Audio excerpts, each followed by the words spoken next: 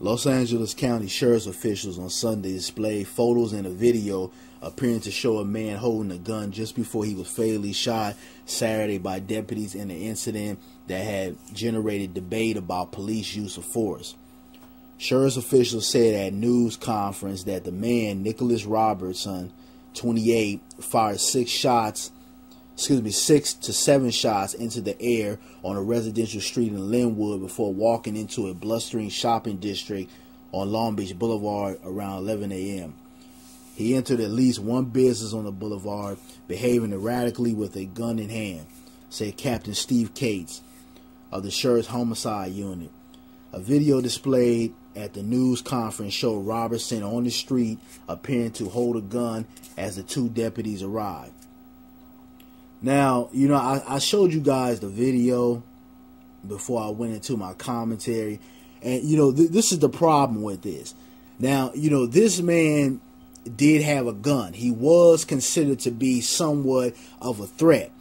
But what's happened is that these officers didn't view this situation as, okay, let's do everything possible to try to get this man down, but without killing him, okay? Let's do everything possible to get this man down and unarmed so that we can not only protect his life and the civilians around him.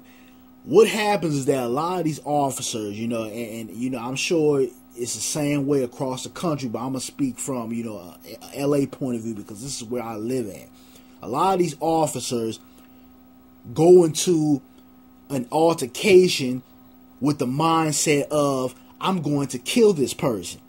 And when you are a person of color, being black or being Hispanic, right away the officers are, I'm not trying to defuse this situation. I'm not trying to get this man to custody or take him to jail without killing this man.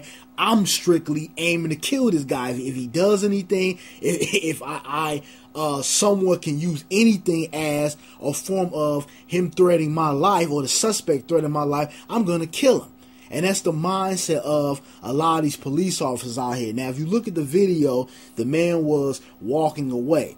Okay, this would be a total different issue if he turned around with a gun in his hand, walking towards the police officers. I can understand them using deadly force, because now you have a suspect who is walking towards you with a firearm. But when you have a suspect walking away with his back turned, that doesn't give you the right to put bullets in that man's back.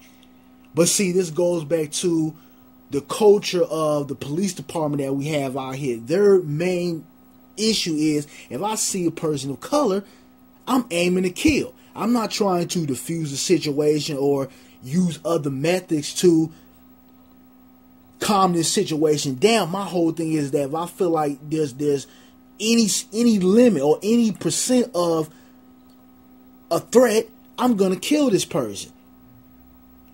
And it's ridiculous because time after time we're seeing these officers use deadly force that could have been diffused in another way, or we're seeing these officers not use proper protocol.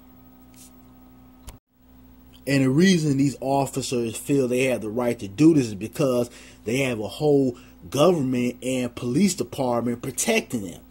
So they figure, okay, I can go out here, I can shoot somebody down, not use proper protocol, take someone's life, and there's not going to be any repercussion. It might be a outcry somewhat from the community, but that's about it. I'm going to still be able to keep my job. I'm going to still be able to go home to my family, but wreak havoc in someone else's neighborhood. And, it's a real issue that we have to get a hold of. People come out here and talk about the quote-unquote gang members or the thugs that's out here terrorizing the community. The damn cops is a gang. The cops are out here terrorizing communities all across America. But see, nobody talks about that. People just want to talk about people of color who are doing things in the community, not looking at the overall picture.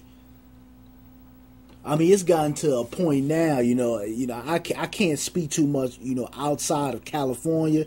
I can, but in this particular issue, it's gotten to the point where, You know, a lot of black folks are scared to even walk the streets because you don't have to be doing anything. You don't have to have any, you know, gang tattoos or be wearing certain colors to get killed. If the police think you look like somebody, or they just want to harass somebody at the moment, or they want to, you know, reach their quota, you will be harassed. And it's a serious issue. This is not anything new. This has been going on for a very long time now. The problem is that, well, not the problem, but the thing is now is that you have people with cameras and these cell phones who are getting this stuff on tape. And that's why it's being broadcast heavily through the media. These officers have to start being held accountable for their actions. There should be a code and certain steps that you take before you take a suspect's life, or take anyone's life at that. Now, instead of shooting this man down, as you can see, they continued to shoot after the man was already down on the ground, which was not following proper protocols. But instead of shooting this man like that, how about we use bean bags, okay? How about we tase him, man? He didn't have a innocent bystander by him, or, you know, was holding somebody hostage, or was walking towards the police officers with the gun. He had his back turned with the firearm in his hand. Now, I'm not saying this man wasn't a threat, but what I'm saying is that he wasn't a threat to the point where they had to shoot this man and kill him. That's my point.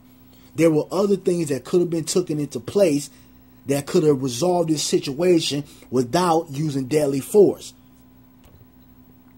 But if things are not, you know, changed soon, what's going to happen is you're going to have, you know, civilians walking around with guns ready to fire at the police officers.